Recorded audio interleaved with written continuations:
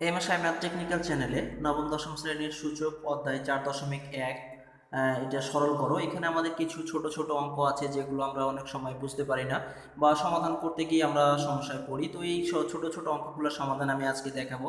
তো এরকম আমরা দুইটি অঙ্ক নিয়েছি এখানে, যে 2 ইনভার্স 1 প্লাস 5 ইনভার্স 1, আবার পুরোটার উপরে ইনভার্স 1 আছে। আর এখানে 4 নম্বরে আছে 2 ইনভার্স 2 A ইনভার্স 1 এবং 3 B ইনভার্স 1, আবার পুরোটার উপরে কি আছে, ইনভার্স 1 আছে।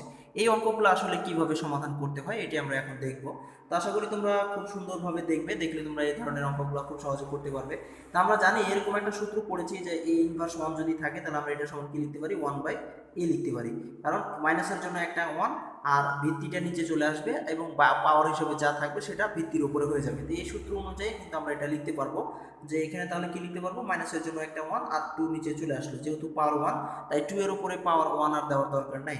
তো এরপরে আমরা প্লাস একই অবস্থা, তাহলে উপরে হয়ে যাচ্ছে 5 আর নিচে হয়ে যাচ্ছে উপরে 1 আর নিচে হয়ে যাচ্ছে 5। মাইনাসের জন্য আমরা একটা 1 আর ভিত্তি 5 নিচে চলে আসবে, পাওয়ারটা 1 যেহেতু 2 হলে আবার আমরা 5 এর উপরে 2 করে দিতাম।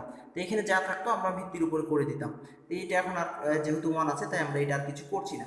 তো এরপরে আমরা কি করব, এরপরে আমরা এটাকে লসাগু যদি করি তাহলে লসাগু কত হচ্ছে, 5 দুগুণে 10, তাহলে 10 হয়ে যাচ্ছে। তাহলে আমরা লসাগু করার নিয়ম, 10কে ভাগ করব, 5 পাচ্ছি তাহলে 5 প্লাস এখানে 2 পাচ্ছি তাহলে 2 একে 2, এর উপরে আবার কি আছে, ইনভার্স 1 আছে। তো এখন খুব সহজ, এটি তোমরা মনোযোগ সহকারে দেখলে আসলে বুঝে নিতে পারবে, এখানে জটিল কিছু নাই। তো এখন যদি আমরা 5 আর 2 যোগ করে দিই তাহলে 7 আর নিচে হয়ে যাচ্ছে কত, 10, এর উপর আবার কি আছে, ইনভার্স 1 আছে। তো এখন আমরা কি করব, এরকম যদি থাকে তাহলে ওই একই অবস্থা, মাইনাসের জন্য আমরা একটা 1 নিয়ে নিলাম আর ভিত্তিগুলো নিচে চলে আসবে, অর্থাৎ 7 ভাগ কত, 10। তো এরকম যদি ভাগের দুইটা অংশ চলে আসে তখন আমরা এটাকে উল্টে দিই, অর্থাৎ এরকম করতে পারি, 1 গুণিত নিচেটা উপরে চলে যাচ্ছে তাহলে উপরে 10 আর নিচে চলে আসছে 7। এখন যদি এটা আমরা গুণ করে দিই তাহলে 10 একে 10, 10 ভাগ 7, এটাই হয়ে গেল আসলে আনসার। তো আশা করি তোমরা এটি খুব সহজেই বুঝতে পারছো। তো এইভাবেই তোমরা এই ধরনের ছোট ছোট অঙ্কগুলো খুব সহজে করতে পারবে। এখন আমরা এই যে 4 নম্বরের অঙ্কটা আছে এটি এখন দেখব। তো আমরা 3 নম্বরে যে ঠিক এই সূত্রটা প্রয়োগ করেছিলাম যে যদি A ইনভার্স 1 থাকে তাহলে আমরা 1/A লিখতে পারি, তো সেরকমই এখানে এই সূত্রটি আছে। তো ওইভাবেই আমরা এটি করব। তাহলে এখানে আমাদের 2 গুণ অবস্থায় আছে আর এর ওপরে ইনভার্স 1, অর্থাৎ তাহলে কি হবে, 1/A। এটা সহজে, মাইনাসের জন্য একটা 1 আর ভিত্তি নিচে চলে আসবে। তো এটাও একই অবস্থা, তাহলে 3 অফ B ইনভার্স 1 আছে, তাহলে মাইনাসের জন্য উপরে একটা 1 আর বিটা নিচে চলে আসবে, অর্থাৎ বি এখানে ভিত্তি, তাহলে বি নিচে চলে আসবে। এর উপরে কি আছে, ইনভার্স 1, অর্থাৎ পুরোটার উপরে ইনভার্স 1 আছে। তাহলে এখন যদি আমরা এটাকে কি করি, এখন যদি আমরা গুণ করে দিই তাহলে কি হবে, 2/A প্লাস এখানে হয়ে যাবে 3/B। কেন, 2 হচ্ছে উপরের সংখ্যা, যদি কোনো সংখ্যার নিচে কিছু না থাকে তাহলে সেটা উপরের সংখ্যা হয়ে যায়। তাহলে উপরের সংখ্যার সাথে উপরের সংখ্যা গুণ করলে 2 একে 2 আর 3 একে 3, এভাবে আমরা এটা গুণ করে দিলাম। এর পুরোটার উপরে কি ছিল, ইনভার্স 1 ছিল। তো এখন যদি আমরা এইটার লসাগু করে নিই তাহলে লসাগু কি হচ্ছে, এখানে AB হচ্ছে। তাহলে আমরা এখানে লসাগু করে নিই AB।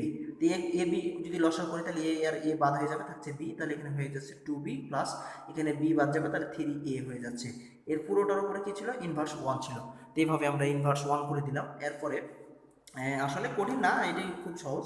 তো এখন দেখো এটা খুব সহজে বুঝতে পারবে। তো এখানে ইনভার্স 1 আছে, তাহলে উপরে মাইনাসের জন্য একটা 1 আর সবগুলো নিচে চলে আসবে, অর্থাৎ 2B প্লাস 3A আর নিচে হয়ে যাবে কি, AB।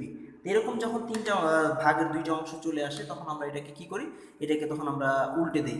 তো যদি এটাকে আমরা উল্টে দিই তাহলে কি হবে, এখানে 1 গুণিত নিচেটা উপরে চলে যাবে, অর্থাৎ AB আর নিচে চলে আসবে।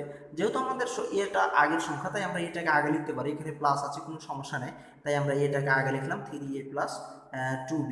তো এখন এটা সমান যদি আমরা এই পাশে করি তাহলে খুব সহজে হবে। 1 দ্বারা যদি আমরা এটাকে গুণ করি তাহলে কি হবে, AB হবে, অর্থাৎ AB ভাগ কি হলো, 3A প্লাস 2B। তো এইটাই হয়ে গেল আনসার। তা আশা করি তোমরা বুঝতে পেরেছো খুব সহজেই। এতক্ষণ কষ্ট করে ভিডিওটি দেখার জন্য তোমাদের অসংখ্য ধন্যবাদ জানাচ্ছি। এই ধরনের ছোট ছোট অঙ্কগুলো অনেক সময় আমাদের আসলে স্মরণ ছাড়া হয়ে যায়, যার ফলে আমরা এটা খুব সহজে সঠিকগুলো উত্তরগুলো করতে পারি না। তো এই জন্য আমাদের ওই সূচকের যে সূত্রগুলো আছে এগুলো আমাদের ফলো করতে হবে। তা আশা করি তোমরা বুঝতে পারছো। আর যদি তোমরা এই ধরনের অঙ্কগুলো বুঝতে না পারো তাহলে এমএসআই ম্যাথ টেকনিক্যাল চ্যানেলে গিয়ে তোমরা এই ধরনের ভিডিওগুলো দেখে নিলেই তোমরা খুব সহজে এই ধরনের অঙ্কগুলো করতে পারবে। ধন্যবাদ কষ্ট করে ভিডিওটি দেখার জন্য।